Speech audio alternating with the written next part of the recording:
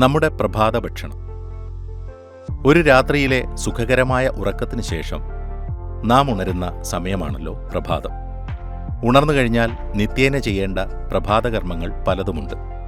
അതൊക്കെ കഴിഞ്ഞാണ് നാം പ്രഭാത ഭക്ഷണത്തിലേക്ക് കടക്കുന്നത്. എന്ത് പ്രഭാത ഭക്ഷണമാണ് നിങ്ങൾ സാധാരണ കഴിക്കാറുള്ളത്? കണ്ണിൽ കണ്ട ഭക്ഷണമൊക്കെ രാവിലെ വാരിക്കോരി കഴിക്കുന്നത് നല്ലതല്ല. രാത്രി ഉറക്കത്തിലെ ഉപവാസം അവസാനിപ്പിച്ച് നാം ദിവസാരംഭത്തിൽ ആദ്യം കഴിക്കുന്ന ഭക്ഷണമായതുകൊണ്ടാണ് സായിപ്പന്മാർ ഇതിന് ബ്രേക്ക്ഫാസ്റ്റ് എന്ന് വിളിക്കാൻ തുടങ്ങിയത്. മലയാളികൾ അടുത്ത കാലം വരെ പ്രാതൽ എന്നാണ് പ്രഭാത ഭക്ഷണത്തിന് പറഞ്ഞിരുന്നത്. എന്നാൽ ഇപ്പോൾ നമ്മളിൽ കൂടുതൽ പേരും ബ്രേക്ക്ഫാസ്റ്റ് എന്നു തന്നെയാണ് പറയാറുള്ളത്.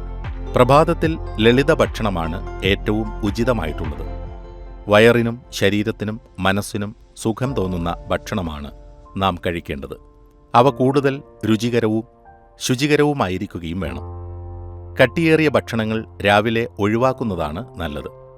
വീട്ടിൽ അമ്മമാരുണ്ടാക്കുന്ന ഭക്ഷണങ്ങൾക്കു തന്നെയാണ് കൂടുതൽ രുചി.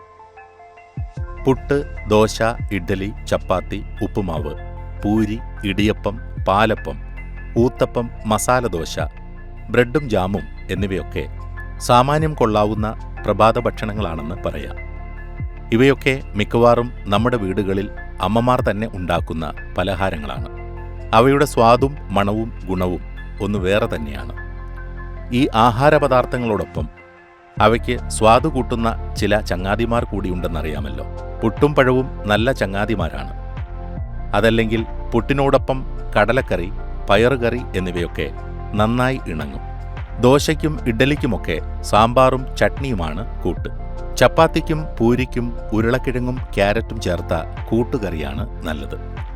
ഇടിയപ്പം, പാലപ്പം എന്നിവയോടൊപ്പം തേങ്ങാപ്പാലും പഞ്ചസാരയും ചേർത്താണ് കഴിക്കാറുള്ളത്. ഇങ്ങനെ ഓരോ പലഹാരത്തിനുമുണ്ട് രുചി കൂട്ടുന്ന ചങ്ങാതിമാർ.